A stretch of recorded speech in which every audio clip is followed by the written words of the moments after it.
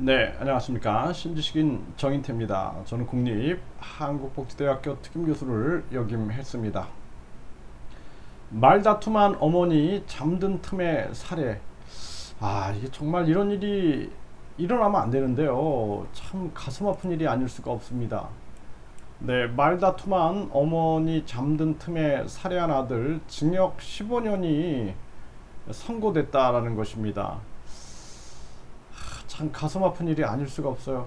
네. 그래서 어머니를 말다툼을 하고 잠든 어머니를 둔기 등으로 때려서 살해를 한 거죠. 참 가슴이 아픕니다. 네. 뭐 이제 누나한테 범행 사실을 알리고 자수를 했다 이렇게 얘기를 하는데요.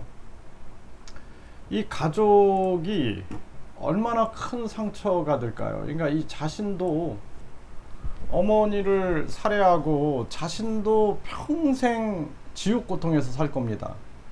그리고 이 누나나 또 가족들이 평생 이 아픔에서 벗어나기가 쉽지가 않아요. 그러니까 사람이라는 것이 그 아픔이라는 것이 평생에 걸쳐서 영향을 미치죠. 그래서 그 아픔 때문에 결국에는 이 한평생이 그냥 불행해질 수 있는 것입니다.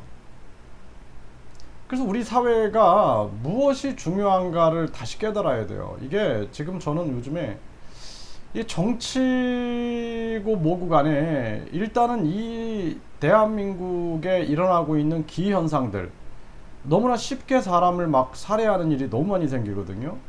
이거에 대해서 문제시화하는 게 가장 중요하다라는 거예요. 언론도 그렇고 이런 현상에 대해서 우리가 어떻게 해석해야 되느냐, 이 현상을 두고 봐도 되느냐, 이 현상을 해결하지 않으면은 대한민국의 삶에 가치가 없는 거예요.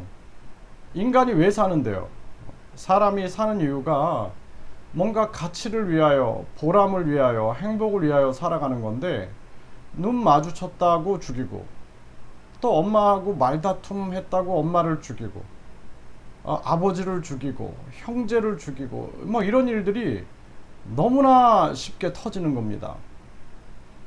이거, 이 대한민국의 도덕성 문제, 양심 문제, 그리고 기본 사람의 도리, 기본적인 사람의 도리 문제에 대해서 우리가 다시 한번 처음부터 고민하고 해결해야 할 때다.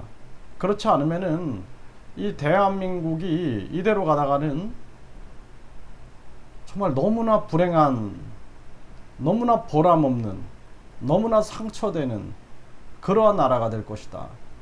저는 그렇게 생각을 합니다. 지금 저출산 고령화 문제, 이것만 해도 대한민국이 굉장히 큰 위기잖아요. 거기다 자살률이 또 세계 1위 아닙니까? 여기에다가 서민 경제 문제, 가계 부채가 또 세계 1위예요. 이런 문제 속에서 가족만은 행복해야 되는데 행복하게 살 수 없게 만들어 버리는 거죠.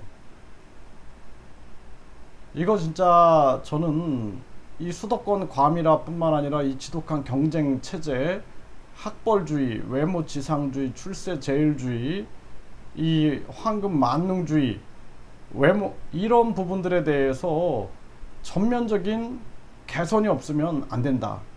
그리고 없어도 과거에 그 가난에도 부모를 존경하고 부모가 자녀를 사랑하고 형제끼리 우애가 있고 그리고 순수한 사랑을 하던 그 시절이 더 아름답지 않느냐, 저는 그런 생각을 해보게 됩니다.